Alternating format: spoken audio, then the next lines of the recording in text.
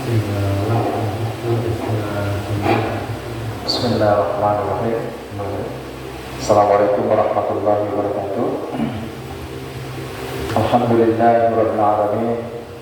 Wassalatu wassalamu ala Rasulillah wa ala alihi wa sahbihi wa man tabi'ahum bi ihsanin ila yaumiddin. Amma ba'd.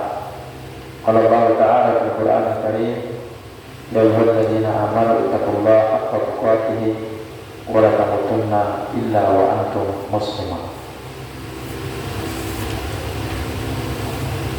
Kita bersyukur kepada Allah Subhanahu wa taala. Hari ini telah dipertemukan kembali oleh Allah Subhanahu wa taala. Itu masih diberikan begitu banyak nikmat. Salah satunya nikmat iman, kesempatan, kesehatan, sehingga melaksanakan kehidupan kita sebagai Allah, melaksanakan sholat bakti bicara berjamaah. Pembahasan yang pertama, pembahasan ini adalah pembahasan tentang masalah materi tahara. Tahara itu artinya bersuci. Yang kemarin saya dengan awal itu sudah sampai di pembahasan tentang masalah hukum tahara dan penjelasan. Sekarang itu termasuk di tentang adab-adab buang air besar dalam Islam. Karena ada aturan itu bukan saja mencakup dengan tentang perintah sholat, perintah wudhu, atau perintah haji dan sebagainya, tapi setingkat buang hajat pun diatur dalam agama Tuhan. Kalau dalam aturan ini sesuai dengan kaidah-kaidah yang diajarkan oleh Nabi Sallallahu Alaihi Wasallam, maka setingkat buang hajat saja itu bisa mendapatkan ganjaran pahala Allah Subhanahu Wa Taala. Manakala kalau tidak sesuai dengan anjuran daripada perintah Nabi Sallallahu Alaihi Wasallam, maka Tuhan juga tidak termasuk orang-orang mendapatkan pahala Allah Subhanahu Wa Taala. Pelajaran kedua yaitu adalah tentang adabul fi adabil qada'il hajat, ada pada buang besar. Ada 3 pelajaran. Ya. Pelajaran pertama yaitu adalah seseorang itu sebelum melakukan buang hajat, dia harus mempersiapkan hal-hal sebagai berikut. Yang pertama adalah ayat luba makan yang khayal minan nas bahiran an-nazalim. Jadi seorang itu ketika dia mau melakukan buang hajat, kalau dia belum ada toilet, misalkan belum ada toilet, belum ada kakus atau jamban di rumah atau umum, maka yang harus dilakukan itu adalah hendaklah dia jauh dari hendaklah dia mencari tempat yang kosong, yang jauh daripada pandangan manusia. Ya. Jangan sampai ketika dia buang hajat, manusia itu boleh punya aurat. Ini sebagaimana dalam hadis Nabi Sallallahu Alaihi Wasallam dan beberapa riwayat yang diriwayatkan oleh Al-Imam Ahmad, menceritakan bahwa karena idza arada al-buruz al-talaq hatta la yara bahwasanya Nabi Sallallahu Alaihi Wasallam kalau beliau mau buang air besar, zaman dulu belum ada jamban, belum ada toilet, itu beliau jauh dari jangkauan manusia, ya. Jauh, jangan sampai orang-orang melihat aurat beliau. Dan itu diajarkan sama beliau kepada orang itu, kalau belum ada jamban, hendaklah jauh dari jangkauan manusia untuk buang hajat. Yang kedua itu adalah Allah yudkhilal ma'hu ma fi dzikrullah ta'ala.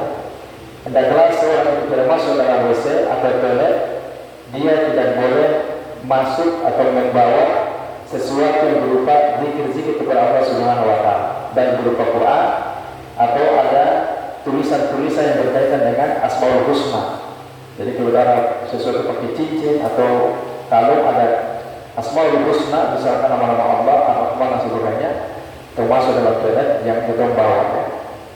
Karena diceritakan di sini adalah dalam sebuah riwayat, ya, dalam sebuah riwayat di sini adalah diceritakan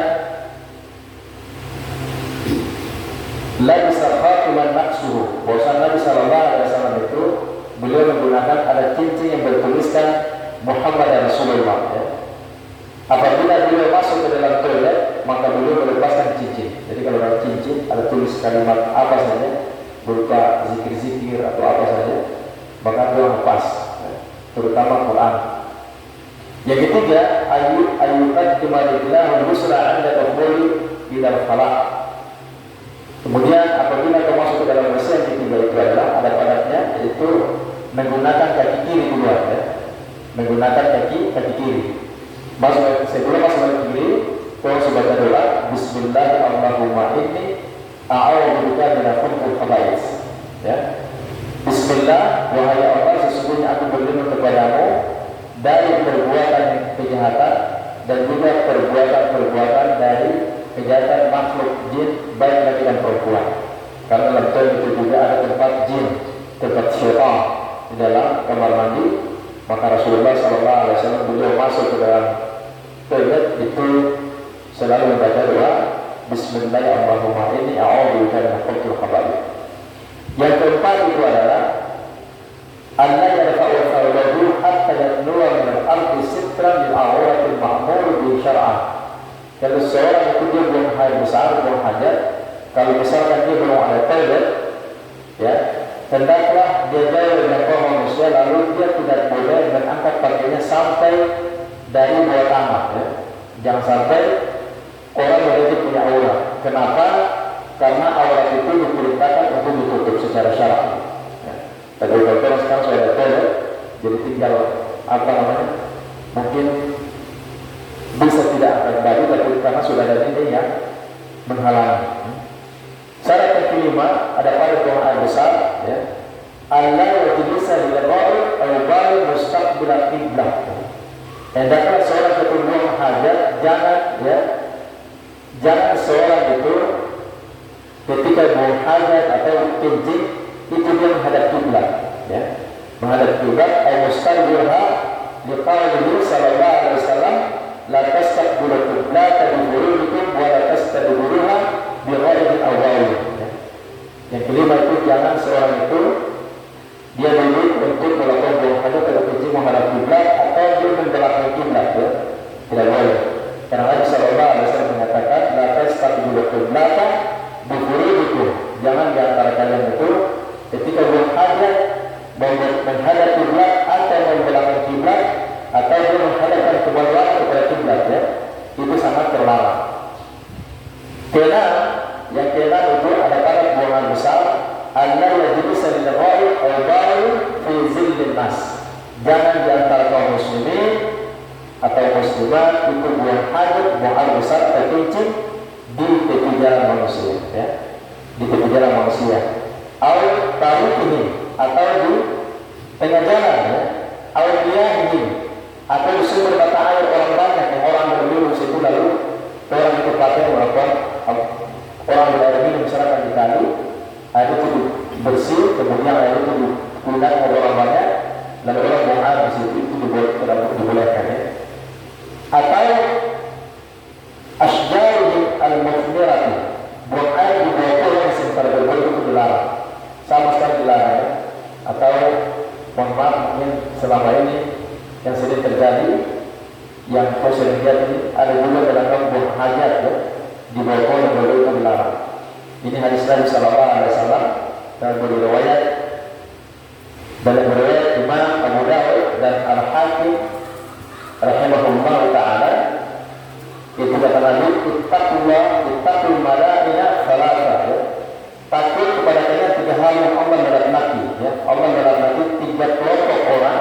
Yang pertama adalah al-ghuluzatul maradi wa qari'ati, ya. Seseorang itu buang air besar di tempat orang nongkrong orang banyak, ya. Tempat orang banyak.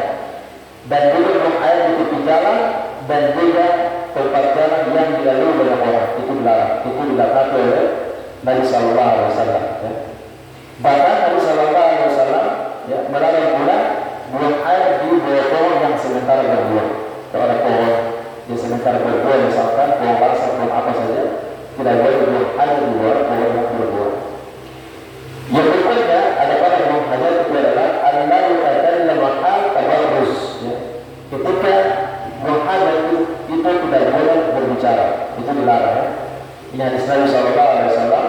Saya bacakan yang dalam sebuah dalam sebuah riwayat Imam Tirmizi, kata Nabi mengatakan, "Idza tawalla ar-rajulani falyatawara kullu wahidin minhuma an sahibihi." Ya. Wa la tahaddatha fa inna Allah yaqulu 'ala dzalik. Ya, kata Nabi, apabila ya, kedua orang itu, ada dua orang itu, ya, dia melakukan berhajat, maka hendaknya salah satu dari keduanya itu dia menutup, ya, dia harus jauh, ya, salah satunya itu harus dia jauh dari temannya, kemudian wala tahaddatha, jangan keduanya itu saling berbicara, fa inna Allah yaqulu 'ala dzalik, karena Allah Subhanahu wa ta'ala murka terhadap orang yang hanya saling berbicara. Itu dilarang. Dilarang bagi orang itu ketika berhajat, hendaklah salah satu itu dia menutup auratnya dan yang lainnya, dan hendaklah dia jauh dan tidak boleh berbicara karena Allah murka terhadap orang yang membuang air sambil dia berbicara. Pelajaran yang kedua itu adalah ilmu yang baik untuk istijmar dan istijah, yaitu ada pada dalam tata cara beristinja atau istijmar. Istijmar, karena dengan istijmar itu dengan air. Istijmar itu menggunakan apa? Ada buang cara bersuci itu ada dua dalam Islam, istinja dan istijmar. Istijmar itu kalau istinja air, kalau istijmar itu menggunakan batu. Kalau itu bilang, mau rakyat? Kalau potong buang air, buang apa, mau bersihkan kotoran atau istinja ada dua, menggunakan air istijmar. Yaitu buang air misalkan di hutan misalkan kalau ada air, kita bisa menggunakan itu benda seperti batu. Kau bisa keluar. Ini yang saya bacakan bukinya. Allah yastadbira bi azmin aw rasin. Kata Nabi, ada dua yang harus digunakan itu. Pertama adalah menggunakan air istijmar. Yang pertama itu adalah seseorang tidak boleh menggunakan tulang atau kotoran yang sudah keras untuk bersihkan kotorannya. Kalau zaman dulu mungkin ada tulang, ya tulang itu atau dengan benda yang keras seperti kotoran hewan keledai itu biasa sudah keras, itu biasanya mungkin zaman itu orang pakai untuk bersihkan kotoran ke air. Lalu datang Islam ini Rasulullah melarang jangan menggunakan itu lagi, tapi ada cara yang lain. Kata Nabi, la tastajmiru bil-rafs wa bil-azam. Jangan sekali-kali kalian itu istijmar menggunakan itu kotoran atau dengan tulang. Fa innahu zalil ikhwanikum min al-jinn. Siapa yang melakukan dia coba menggunakan bersihkan kotoran menggunakan tulang atau kotoran hewan tadi, maka itu sama dia berteman dengan bangsa jin, ya. Tidak boleh juga menggunakan itu sesuatu yang bermanfaat untuk bersihkan kotoran seperti kain yang masih bisa dipergunakan atau berupa kertas yang baik, karena sesuatu yang dipergunakan untuk yang bermanfaat kalau untuk merusak itu juga dilarang dalam agama Taurat, ya. Yang kedua itu adalah ayat yatamassaha ayyastadu biyamini. Seseorang itu kata Nabi, ya, seseorang para ulama mengatakan seseorang itu dilarang ya beristinja atau coba menggunakan tangan kanannya, ya, itu dilarang. Awal masahul zakara biha, atau seorang itu dilarang kata Nabi, para ulama mengatakan dilarang itu menyentuh kemaluannya dengan menggunakan tangan kanan. Ini ada hadisnya. Nabi sallallahu alaihi wasallam mengatakan, la yamassa ahadukum dzakarahu biyaminihi. Jangan sekali-kali di antara kalian menyentuh kemaluan kalian menggunakan tangan kanan dalam kondisi dia kencing atau dia beristinja menggunakan tangan kanannya di dalam toilet. Itu dilarang. Yang berikutnya itu adalah ayat istijmar ala waqf. Boleh orang itu beristinja menggunakan istijmar, membersihkan kotoran itu menggunakan 3 buah batu, ya. 3 buah batu. Kalau misalkan belum bersih, misalkan boleh istijmar membersihkan kotoran itu menggunakan ganjil 3 atau 5 batu, sebagaimana perkataan Salman itu sahabat Nabi mengatakan, Naha Rasulullah sallallahu alaihi wasallam an tastaqbil qiblat bi ghairi al-bawl.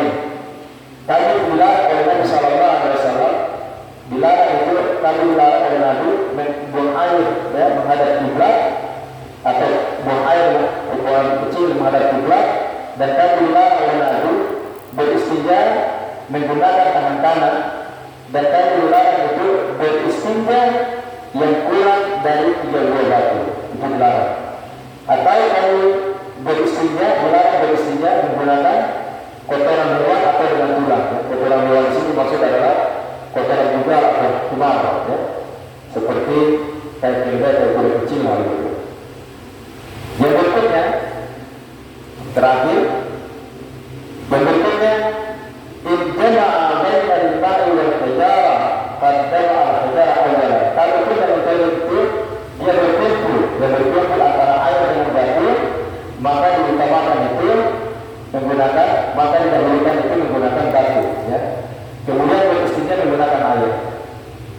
Wa ittafa bi ahadihima, kalaupun terkumpul antara air dengan batu, maka itu sudah mencukupinya, ya. Selain air itu paling bagus, ya, paling bagus menggunakan air. Sebagaimana Aisyah mengatakan, Aisyah istri Nabi mengatakan, "Murna azwajukunna ayastatubu bil ma." Perintahkan suami-suami kalian. Ini Aisyah mengatakan, Aisyah dan mengatakan kepada perempuan sahabat-sahabat Nabi punya istri, mengatakan, dia mengatakan pada sahabat punya istri, perintahkanlah suami-suami kalian agar supaya mereka itu beristinja menggunakan airnya. Kata Aisyah mengatakan, karena saya malu kepada suami-suami kalian itu, karena Rasulullah SAW kalau dia mau hajat itu dia menggunakan air. Nah, yang terakhir, pelajaran yang ketiga, seseorang itu melakukan hal tertentu jika dia sudah selesai menghajat. Yang pertama itu adalah ayyukan kimarudilahu hunna inda khurujih min al-khala'. Kalau orang itu keluar dari kamar mandi, upayakan yang keluar itu adalah kaki kanan duluan dari WC. Setelah itu membaca doa ghufranaka. Setelah dari kamar mandi baca ghufranaka. Kaki kanan keluar baca ghufranaka. Lalu mengucapkan alhamdulillahilladzi adhaba 'anni al-adha wa afani. Segala puji bagi Allah yang telah menghilangkan dariku penyakit dan memaafkan kepadaku.